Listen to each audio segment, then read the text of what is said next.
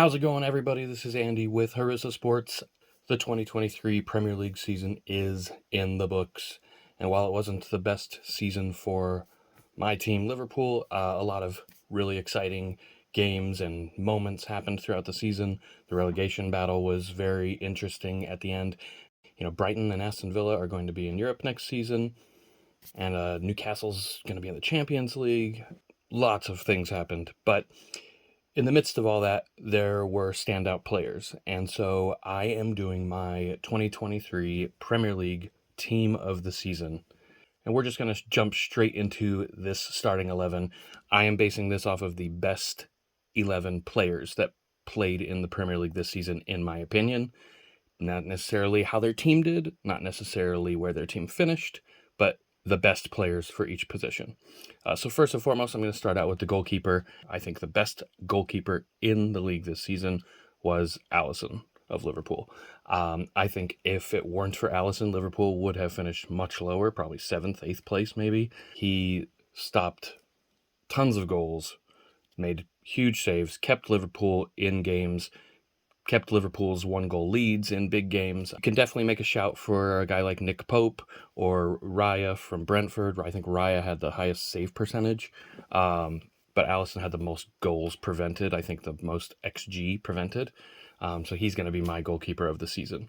Heading to right back, I think there's not really a debate on this one. Most people would probably have him here, but I'm going to go with Kieran Trippier of Newcastle. You could maybe make an argument in the second half of the season with the role change. Trent Alexander-Arnold was really good at right back. Walker was good, but he didn't play a ton because they sort of tweaked their system to where they didn't have a right back a lot of the time at Man City.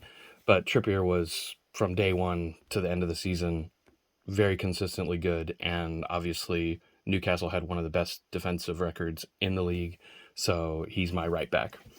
Moving over to center back, I think this guy was probably the best center back in the league until he got hurt, and I can't leave him out of the team. So I'm going to go with William Saliba of Arsenal. Until he got hurt, they really, really were looking like they could do it. His injury was a huge blow to them, and I think it kind of took the confidence of their entire back four completely out. And if he had stayed fit, who knows what would have happened. They could have maybe pulled it out. Another guy I was thinking about putting here was John Stones. Stones kind of played a different role this season, though. He wasn't necessarily a center back. He was very good this season, but he played a lot of the time in the midfield. So I couldn't really put him as one of the center backs of the season. My next center back to partner Saliba is going to be Ruben Diaz. Again, Man City, take your choice of Ake, Stones, Diaz. I just think Diaz is the best out of the three, and he's always consistent. Diaz had a very, very good season overall, and obviously helped Man City to lift their third Premier League trophy in a row.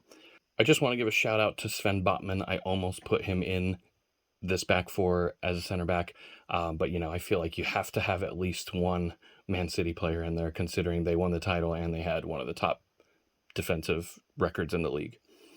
Over to left back, this guy really, really changed the back four for Arsenal, and it's going to be, for me, Zinchenko. I didn't expect him to come in and be as good as he was. Tierney's a very good left back, and Zinchenko just took his spot and ran with it. He was a leader out on the pitch. He put in great performances. I think in the tough games, with his experience having played for Man City, he was the one who kind of rallied the team together. Zinchenko was a great signing.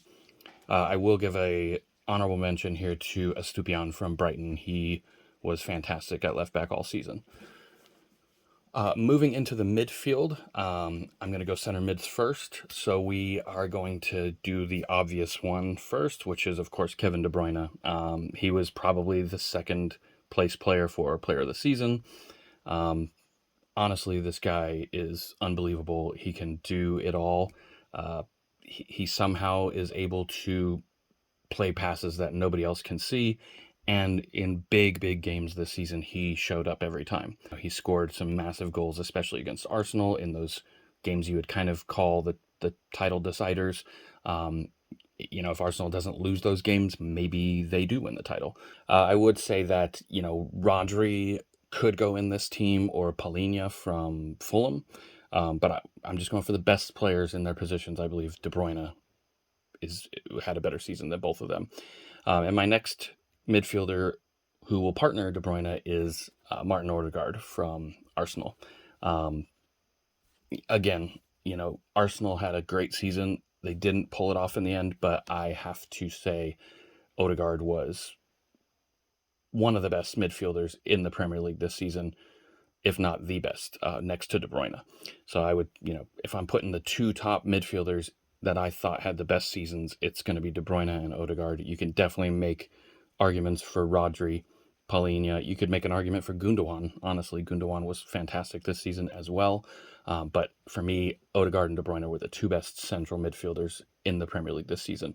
And with the formation I'm going with, I only really had two central midfielders to pick. And I'll explain why I went with the formation that I went with shortly. So we're going to move over to left wing. You can certainly make an argument for a couple of players here, but I honestly think you can't only focus on how the season ended. You have to think of the season as a whole. And as a whole, Marcus Rashford was on fire early in the season. He was probably considered a top 5 player in Europe at that time. He was scoring goals every single game, it seemed like. He did end the season with 18 goals and 2 assists, whereas Martinelli, who was the other guy I was teetering on putting here, only had 16 goals and 3 assists. So really it was only one difference. Rashford had 20 goal contributions. Martinelli had 19. But for a few months in the middle of the season, Rashford was one of the best players in the world. And again, where their teams finished on the table doesn't really make much of a difference. Finishing second or finishing third isn't that big of a difference. Basically gets you the same thing, which is Champions League football. And over to right wing, where this one may be a controversial pick. You may call me biased. You may say I'm favoriting someone, but I actually think it's the other way around with a lot of people. I think there's a lot of English bias going to this position. My right winger of the season is Salah. And if you go just by the stats alone, he's far and away the best right winger that was in the Premier League this season. 19 goals and 12 assists for Salah. Saka, who I've seen in almost everyone's team of the season, had much less. He had 14 goals, so 5 less goals than Salah, and 11 assists, so 1 less assist than Salah. So overall, Salah had 6 more goal contributions.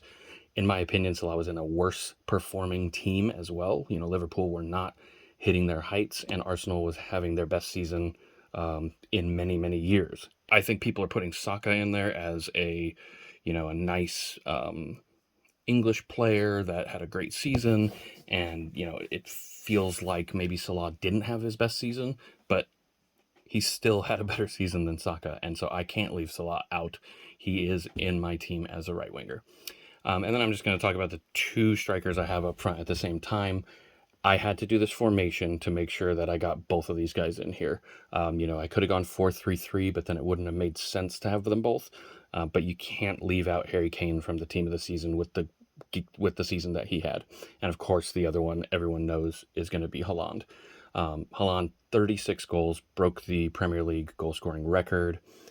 Previously set by Salah. I think it was 31 or 32 goals that Salah had, so he beat it by quite a nice chunk. And he could go on next season and break his own record again. I wouldn't put it past him. But Harry Kane scored 30 goals in an awful Spurs team. He has to be in the team of the season. And if I went with a 4-3-3, I would have 2 wingers, and it really wouldn't make sense to have Kane and Haaland in that team, so I had to do this formation to make sure they were both in there. So that's my team of the season. Again, Alisson at goalkeeper. I think he was the best goalie of the season. Trippier, right back. Saliba, center back. Diaz, center back. Zinchenko, left back. De Bruyne and Odegaard in the midfield. Salah and Rashford on each side, flanking them. And then Kane and Haaland up top to score loads of goals. Obviously, you don't really have much defensive work in that midfield, but that's fine. We're not talking about, would this team be the best team in the world? I'm doing the best 11 players who had the best seasons in the Premier League. But to me, this was the best 11 players in the Premier League this season. Let me know what your guys' Premier League team of the season would be. Do you disagree with me? Would you put someone else at right wing, left wing, center mid, goalkeeper? Those are the big ones. Obviously, center back Saliba is a questionable one. For me, he was the best until he got hurt. But let me know in the comments. I appreciate everybody watching. If you made it this far, I would appreciate if you could like the video and subscribe if you have not subscribed yet. And I will see you in the next one. Have a good one. Cheers.